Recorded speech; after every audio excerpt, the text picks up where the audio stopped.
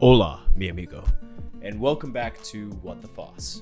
Today I wanted to cover a few quick kind of topics that I tend to get a lot that people seem to ask me in the world of health and wellness, fitness, some things like that. So today is going to be a quick fire round answering a few different topics that are sort of some true and false style topics where some people usually go one way or the other. So today we're going to do what is known as fitness fact or cut the crap. I'm going to give one of those two answers, either that it's a fitness fact or that you should cut the crap on all of these different topics. Now we have 7 today that I'm going to go over. I'm just going to spend a little bit of time on each one today, but if you want a little bit more time on some of these in the future, just let me know and I can explain them in further detail. But you can also play along yourself, so I'll make a kind of a quiz format. I'll give you 5 seconds or so after each question to figure out an answer for yourself, and you can see if you're right. If you are right, congrats. If not, then you can also keep listening to the little description that I have after each one. But again, I'm going to make this nice and quick on today's because I also have to go and cook my family some dinner, so I don't want to be late for that. Okay, on to question number 1. Or topic number 1, I should say, which is a usual statement that is crunches help with abs. So I'll give you 5 seconds. Okay, cut the crap on this one. So traditional crunches that people know of where they're on the ground, kind of the military style of bringing their way all the way up and going back down. If you just think that you just need to do those, then that is complete crap. And for most of the time for ab exercises, I don't even usually give a standard crunch to any of my clients that I will have. The ways that we'll work on abs is we'll work on ab exercises that work on stabilizing around your spine. So that means bracing around kind of your core, your midsection, and your core is also involving a little bit of your hips.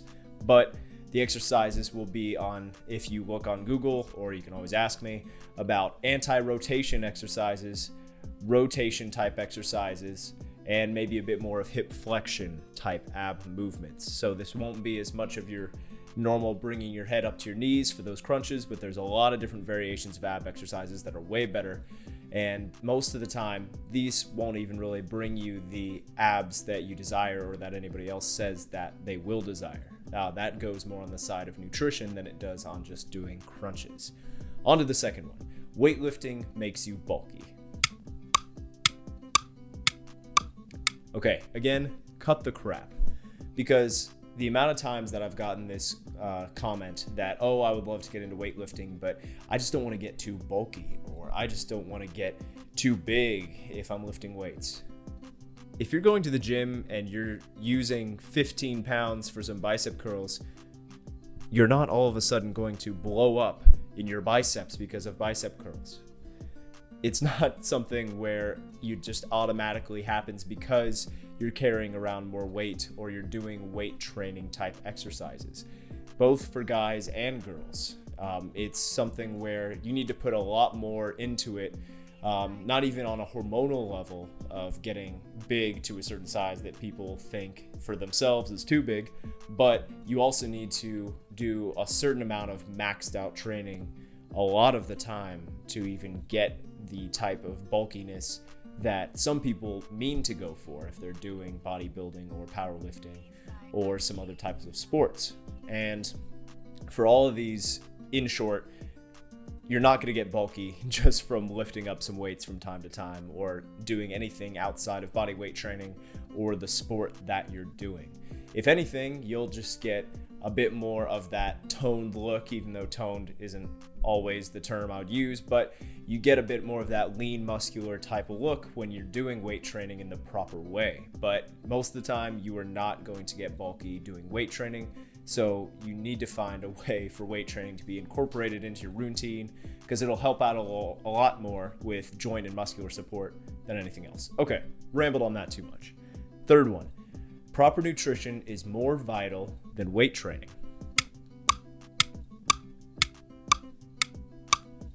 This one I would actually call a fitness fact, and here's why. See, nutrition I would see actually more vital than weight training. Well, weight training gives you great benefits as far as it goes for building habits and obviously getting yourself a bit stronger and getting some movements down and supporting your joints, proper nutrition is going to be that extra step that not only is proper nutrition the thing that fuels that weight training itself. It's not that weight training fuels proper nutrition, because there's plenty of people, including my old self, who used to just do really well at a lot of weight training type activities, but fueled like garbage. And so that doesn't balance that one out. But proper nutrition can fuel good weight training, but it can also get you, if you're in it for more of the aesthetic results, again, I have a podcast on that I just did a couple episodes ago, but if you're in it for more of the aesthetics, proper nutrition is going to be the better way to go about it. Now, the key is proper nutrition. I'm not saying to undereat. I'm not saying to only eat a specific item or a specific diet. I'm just saying proper nutrition. So think about that when you're thinking about some of the results that you might want from weight training. Okay, number 4, squatting and deadlifting is bad for your back. What do you think? Okay, cut the crap on this one. Squatting, deadlifting, bench press, overhead press, things like this that a lot of people are scared of as far as exercises go and say that they're going to injure you or they're bad for your joints or your spine. It's not that the exercises are bad for your joints or your spine. Bad form is bad for your joints or your spine, because any of these exercises you do, if you do them with improper form or the load is too high for you, then most of the time that's going to be the way that you're going to get injured for most of these exercises. It's not going to be from just doing squats this way or just doing deadlifts. It's about progressing up in the right manner. Sometimes a coach helps you out with that, but if you don't have a coach, either A, it's good to find yourself one, or B, it's good to progress at the right level. And you don't have to think about deadlifts and squats in the normal variation. There's a ton of different variations of those two exercises, which can still bring you the same benefit that is not just a barbell back squat or a barbell deadlift. Okay, number 5. Sweating means that you've had a better workout.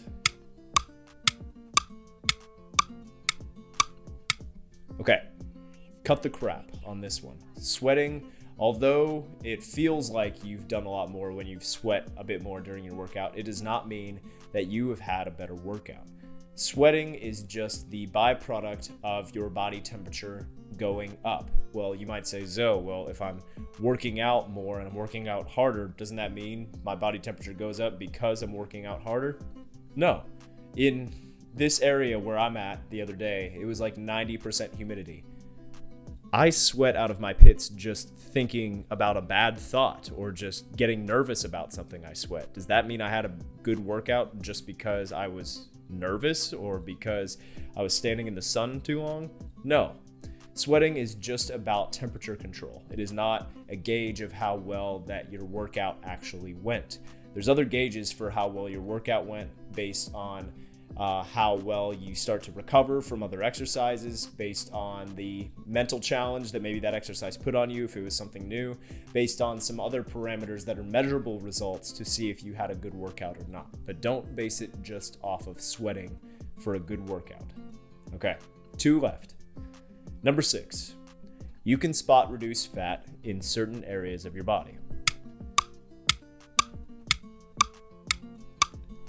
Okay, again, cut the crap on this one. This is a myth that has been around for a long time, and although some people out there might see that as duh, that's an obvious one, a lot of people still try to fat reduce around areas of their lower stomach or around their butt or just around their thighs. And when you try to go for just exercises like that, or you try to crunch the fat away, or you try to only do glute bridges and that's going to get the fat away from that area, again, not true. Revert back to the other point I made where proper nutrition is more key here. See, you don't just lose fat in certain areas just by doing work in those areas.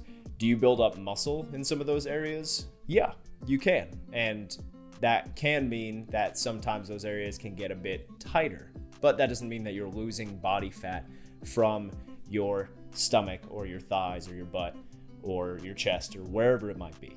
That doesn't mean that. It means that your fat loss, when you do lose fat during exercise or lose it through proper nutrition, think of it more like a balloon.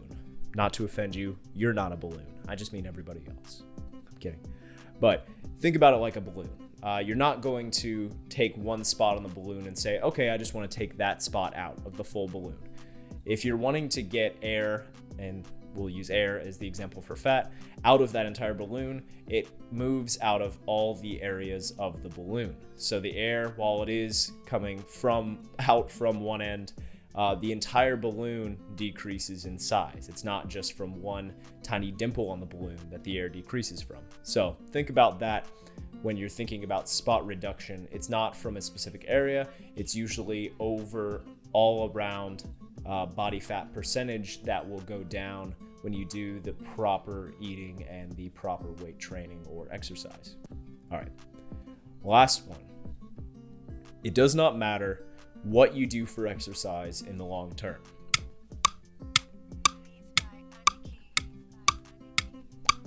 This one's actually, to me, a fitness fact. And here's why. So you might be thinking, oh, well, Coach Zoe, you might always recommend like weight training, or you have your method of giving people exercises. Shouldn't they be doing that their entire time? Honestly, no, they shouldn't be. You should be doing the exercise that you enjoy. If you love hiking so much and you don't like weight training, you should be doing hiking a lot more. If you like ballet more, if you like rock climbing, if you like basketball, if you like tennis, you should do that activity more, and you should have that activity be the exercise for the long term. The reason I say that is because if you do not enjoy the activity that you're doing, or you do not see the purpose in it, you will not be consistent in it, you will not try to get better at it, and you will not get as much out of it versus if you were trying to do some activity that you actually love, that you actually enjoyed doing. I see fitness not as the main point or the main reason that you should work out. It shouldn't be working out just to get better at working out. You should work out in order to bring joy to those other activities that you enjoy doing. Ballet, let's take that example, right? You enjoy doing ballet. You want to do ballet as long as you can. Perhaps, though, when you keep going at ballet, you start to feel a little weakness in your ankles, or that some of your jumps could be stronger. Or if you're more the male in ballet, some of your lifts could be a little bit more steady, a little bit more stronger. More stronger. I'm so stupid. Anyways, more strong when you do those lifts. That's where someone like me would come in, or that's where fitness should be in there. Fitness should be there to support that activity that you love to do for as long as you can. It shouldn't be that fitness is just this thing to just fight aging, or just because your doctor told you that you have to do it. It should be to support some activity or the dream of that activity that you want to go towards. And that's the main reason for it. It's not a reason for just doing fitness to do fitness. You should do exercises in the long term that you actually want to do, and the exercises that you will actually keep consistent with, as long as you're progressing in whatever you're trying to do. I hope that was a good little quick quiz for you about fitness facts or cut the crap. And I would like to do it on some other topics, but you can just let me know what you think. Again, you can always reach out to me on social media. Most places it's at the Coach Zoe you know, or you can find me at Foss Movement Training on some of the main social medias. But make sure to share this podcast if you did enjoy it, or somebody else might enjoy something from this that I gave. And if you have any other topics you want me to discuss, please let me know. But otherwise, take chances, make mistakes, and continue to ask questions. I'll talk to you soon.